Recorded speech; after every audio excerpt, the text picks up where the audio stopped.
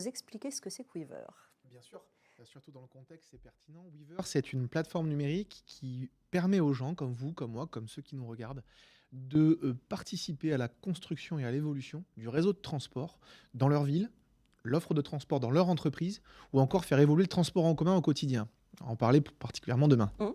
Comment vous y prenez de coup? C'est quoi la technique? Mais en fait, chacun peut déclarer comment il se déplace et quelle pénibilité il rencontre au quotidien. On est tous experts dans notre trajet. Cette information qu'on a, jamais personne nous la demande. Pour la première fois, Weaver la collecte et s'engage un petit peu en capitaine trajet à aller faire changer tout ça. Alors, qui sont les clients de Weaver et qui donnent ces informations? Est-ce que ce sont les mêmes déjà peut-être? Les clients de Weaver, ce sont les entreprises qui font des plans de mobilité et ce sont leurs salariés qui donnent ces informations pour créer un plan de mobilité employeur. Ce sont les villes qui ont besoin de faire évoluer leur mobilité de manière globale. Et là, ce sont les citoyens, les actifs, les seniors, les étudiants, etc.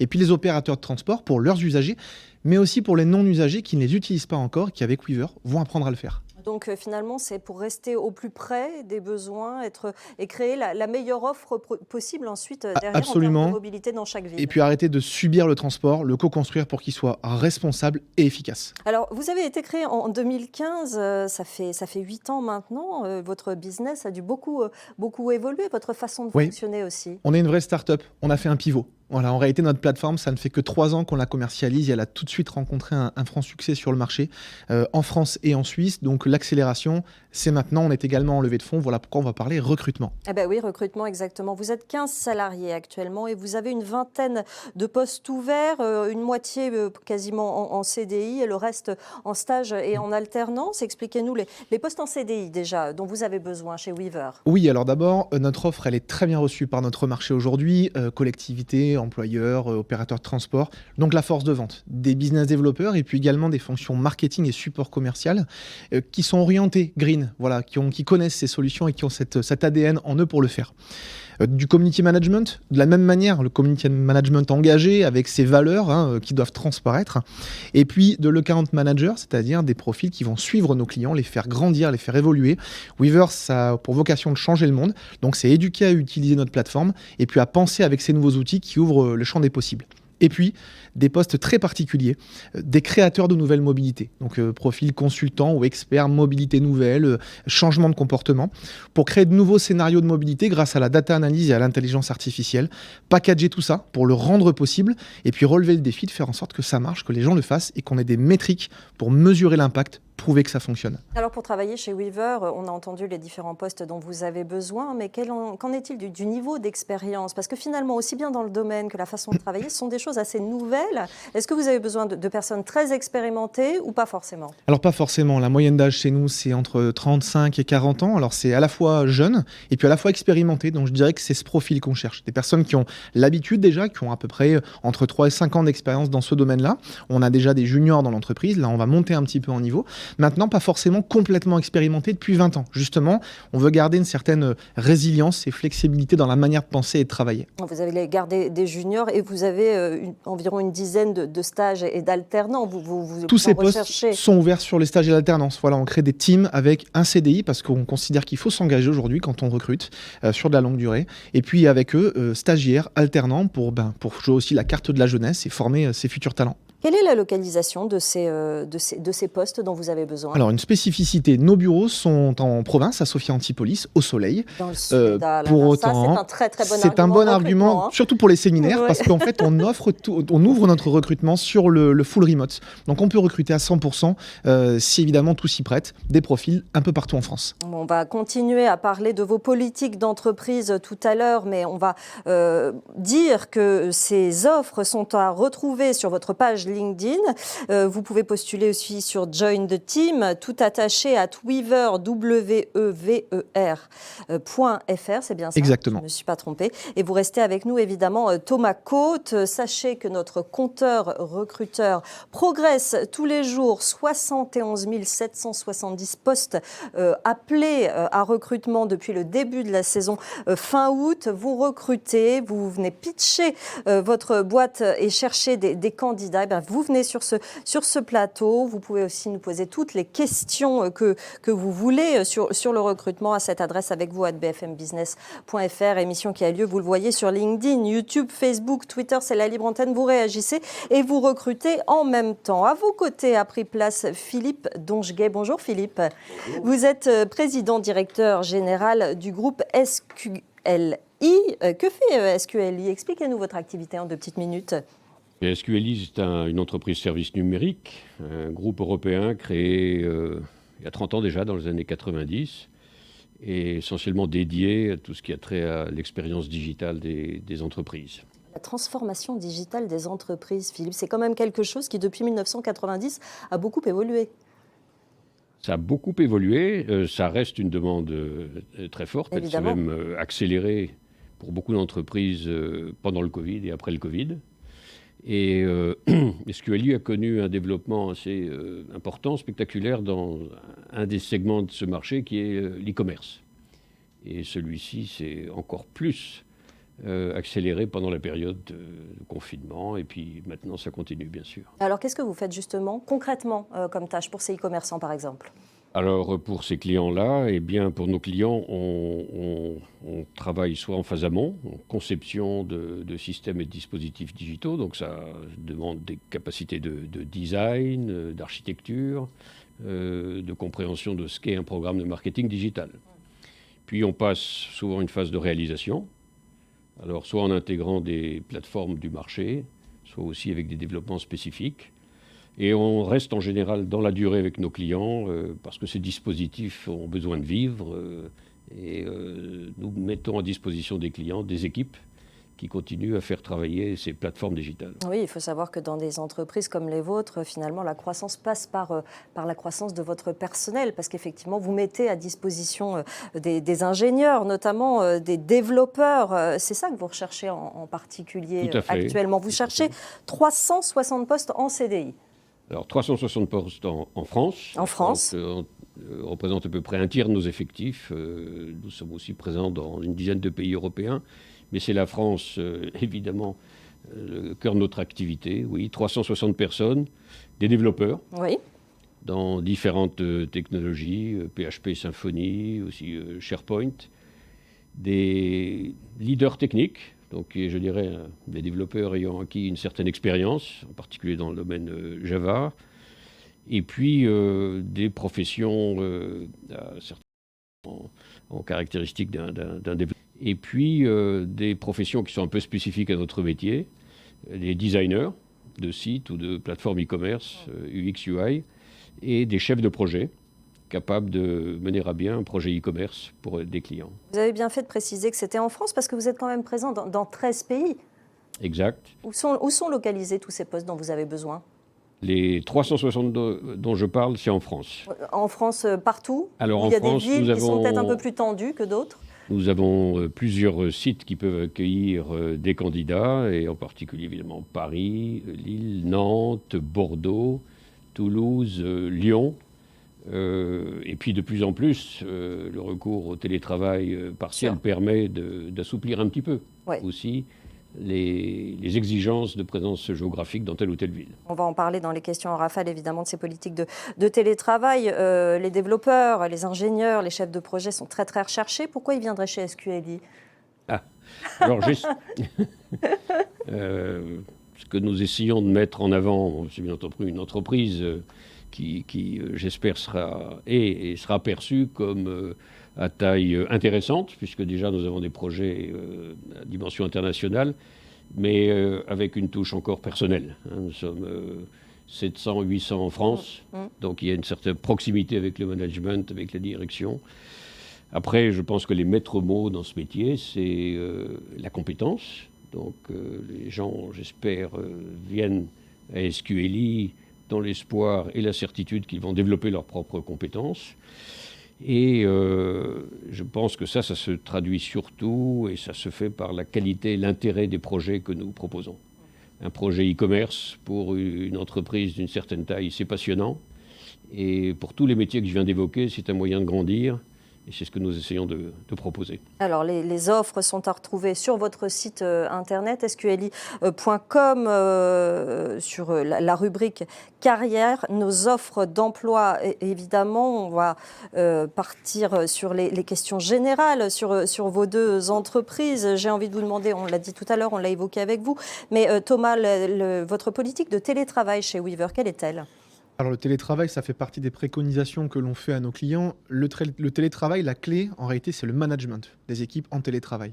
Parce que être chez soi, ça peut très bien se passer, comme ça peut très mal se passer aussi. Ça veut dire qu'elle est flexible ? Ça veut dire qu'elle est flexible. Nous, nos collaborateurs travaillent à distance, tous. Ils choisissent leur jour dans la semaine. Quand il y a des difficultés, on peut en parler pour en mettre éventuellement plus.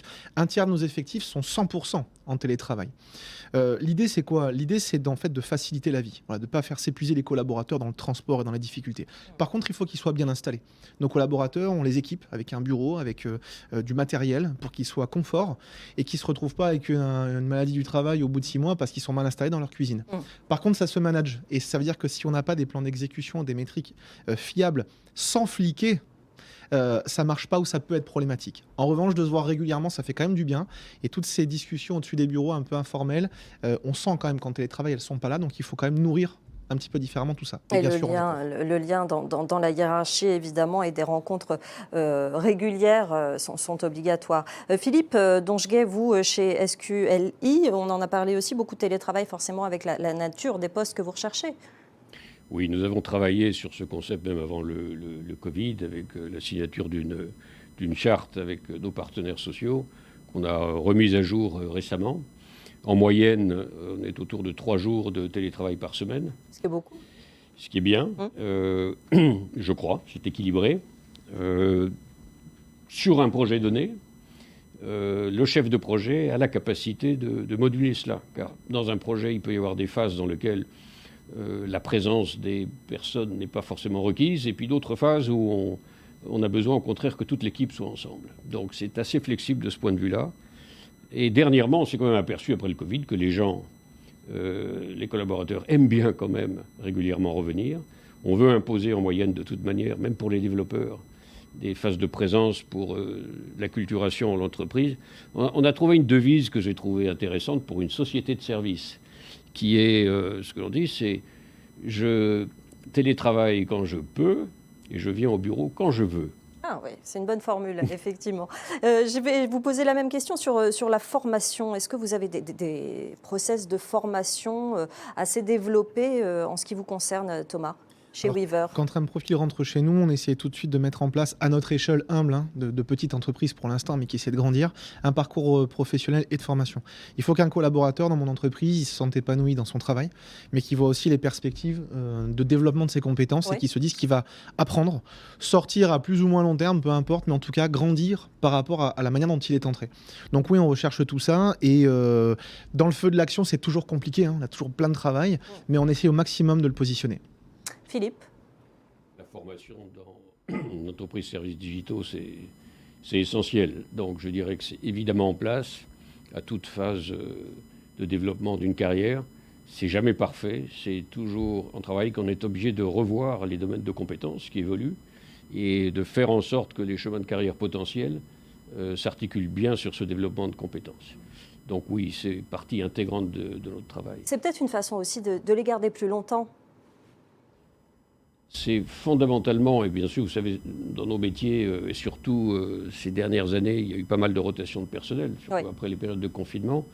Et lorsqu'on le regarde, les critères de départ, ou au contraire les critères de rétention, on retrouve en majeur, précisément, la formation, la qualification, et dans nos métiers, parfois, la certification, qui est la preuve explicite qu'un collaborateur a atteint un certain niveau. Et donc, nous allons continuer à pousser sur l'obtention de certification pour les collaborateurs. Merci beaucoup, messieurs, d'être venus nous voir dans 90 minutes business avec vous. Philippe Doncheguet, président directeur général du groupe SQLI, et Thomas Côte, fondateur de Weaver. Vous nous tenez au courant, évidemment, des recrutements que vous avez effectués suite à cette émission. Merci beaucoup d'être venus nous voir. Allez, c'est l'heure de répondre à vos questions. On va continuer d'ailleurs à parler recrutement. Vous nous posez toutes les questions que vous vous posez sur cette adresse avec vous bfmbusiness.fr. Je vous rappelle qu'on est toujours en ligne, en direct sur LinkedIn, YouTube, Facebook et Twitter. Vous nous posez toutes nos questions. Et notre experte aujourd'hui est Caroline Renoux. Bonjour Caroline, vous êtes fondatrice de Birdeo. Ça prononce bien comme ça. C'est parfait, oui. C'est parfait, bon, très bien. Aujourd'hui, on va parler recrutement, de questions très concrètes finalement. Quels sont les métiers, par exemple, les plus recherchés en 2023 ? Caroline, quels sont les secteurs qui recrutent le plus en 2023 ? Alors, tous les secteurs recrutent sur ce sujet. Ça, c'est assez nouveau. Ce qui est très nouveau aussi, c'est en termes de taille d'entreprise. C'est qu'avant, c'est des métiers qu'on trouvait surtout dans les grandes entreprises.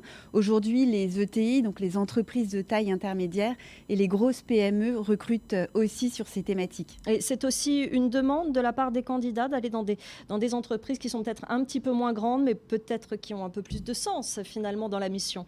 Alors, c'est vrai que c'est une demande aussi beaucoup des collaborateurs de pouvoir travailler dans des entreprises qui ont du sens, qui ont une mission et qui sont à taille humaine.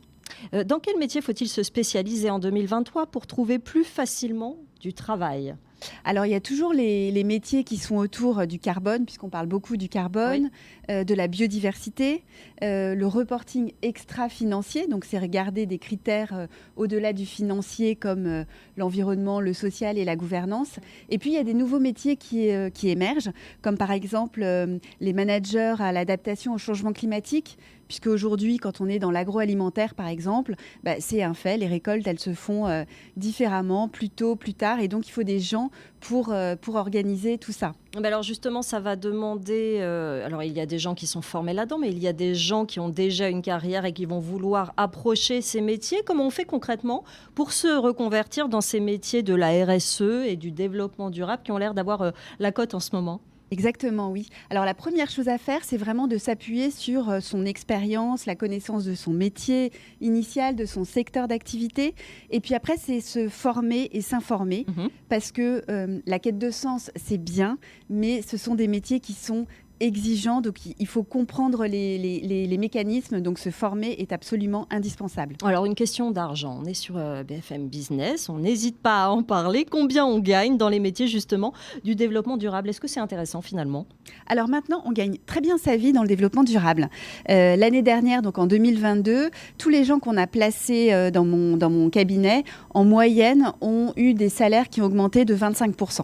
Oui, donc effectivement, c'est plutôt intéressant. Ça reste un argument supplémentaire pour ceux qui veulent rejoindre ce genre de métier. Question très pertinente, effectivement. Pourquoi la transformation durable est plus longue à mettre en place que la transformation digitale ? Alors déjà, le digital, c'est plutôt la réglementation qui lui court après. Alors que dans le durable, il faut avoir l'humilité de se dire que c'est plutôt la réglementation qui nous pousse aussi. Après, c'est aujourd'hui des récits qui sont inventés. Parce que si c'est juste dire aux gens consommer moins, ça ne suffit pas. Donc c'est plus long en termes de conduite, du changement. Et puis aussi, c'est toute une philosophie, tout un capitalisme à réinventer. Donc c'est aussi important de ne pas aller trop vite et de se poser les bonnes questions sur quel est le rôle qu'on veut donner à l'entreprise dans notre monde d'aujourd'hui. Une autre question particulière. Je suis indépendant. Quel peut être mon rôle dans la transition durable des entreprises ? Alors aujourd'hui, on parle beaucoup de l'emploi des seniors. Il y a un certain nombre de seniors qui ont eu des très belles carrières, qui ont envie de donner du sens maintenant, qui se sont formés à ces sujets-là et qui arrivent en tant que freelance indépendants dans les entreprises. Donc ils arrivent à la fois avec leur expérience, mais surtout ils n'ont pas de carrière à faire derrière. Donc les choses, les messages qui ne sont pas toujours faciles à faire passer, eux, n'hésitent pas à les faire passer. En quoi les métiers de la transition écologique en entreprise sont particulièrement touchés par la pénurie de compétences ? Parce que c'est un sujet, ça doit faire 2-3 ans à peu près qu'on a compris qu'il faut tout transformer. Et donc, on n'a pas suffisamment formé les gens en formation initiale quand ils étaient étudiants. Et en formation continue, c'est assez récent de trouver suffisamment de formation sur le marché. Et puis après, il y a une expérience, il y a des choses qui s'apprennent que sur le terrain. Donc, malheureusement, ça va prendre un peu de temps. Mais est-ce qu'on n'est pas en train de dire, finalement, Caroline, que tous les métiers de demain, tous ceux qui nécessitent des recrutements aujourd'hui, vont être des postes RSE ? Alors moi, j'en suis convaincue. Aujourd'hui, il y a quand même beaucoup de métiers où si on n'a pas cette compétence en digital, on ne peut pas l'exercer. Je suis à peu près sûre que sur les métiers de l'impact, ça va être la même chose. Un directeur financier, par exemple, qui ne sait pas calculer la performance sociale et environnementale de l'entreprise, qui ne sait pas inclure le coût du carbone et de la biodiversité dans le bilan, je ne sais pas comment il pourra continuer son métier demain. Ce que vous dites aussi, ce qui transparaît dans vos propos, c'est que c'est intergénérationnel. C'est-à-dire que ce recrutement, cette transformation de l'économie, ça touche aussi bien les jeunes actifs que les gens en reconversion, que les seniors dont vous parlez beaucoup. Ah, tout à fait. On parle beaucoup des jeunes, et c'est super, qui ont des attentes très fortes sur ces sujets. Mais je crois que les seniors ont des attentes tout aussi fortes et ont aussi leur rôle à jouer parce que toute cette expérience qu'ils ont, cette transformation digitale souvent qu'ils ont conduit, ça peut vraiment être des atouts pour aller plus loin, plus vite et mieux. Une dernière question, quelles sont les grandes tendances à anticiper sur le marché des emplois à impact, même si ces tendances vont évoluer très vite, on voit bien que ça va très vite et qu'on est dans un monde qui se transforme, mais est-ce qu'on peut dégager quelques tendances quand même ? Les grandes tendances, c'est autour de la biodiversité, qui est un sujet qui commence quand même à être pris en compte et qui l'était assez peu. Et puis, c'est aussi dans la définition de la performance des entreprises.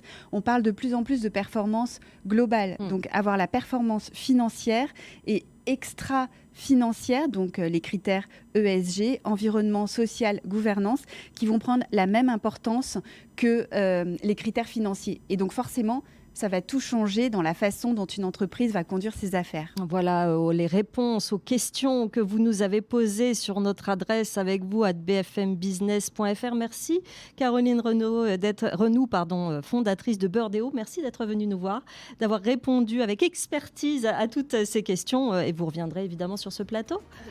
On répond à toutes les questions que vous nous posez en direct sur LinkedIn, YouTube, Facebook, Twitter. Ce live est disponible évidemment en intégralité, en replay et en podcast. Demain, on continue à recruter, on continue aussi à répondre aux questions que vous nous avez posées. Nous serons avec Xavier Dulin à cette place, avocat associé au cabinet Barthélémy Avocat. Et évidemment, ce sera une journée spéciale droit du travail. Toute l'émission 90 minutes business actu et avec vous sera consacrée à cette journée de mobilisation, aux grèves et à la réforme. Émission spéciale à suivre demain. Passez une très bonne journée. Je vous retrouve demain.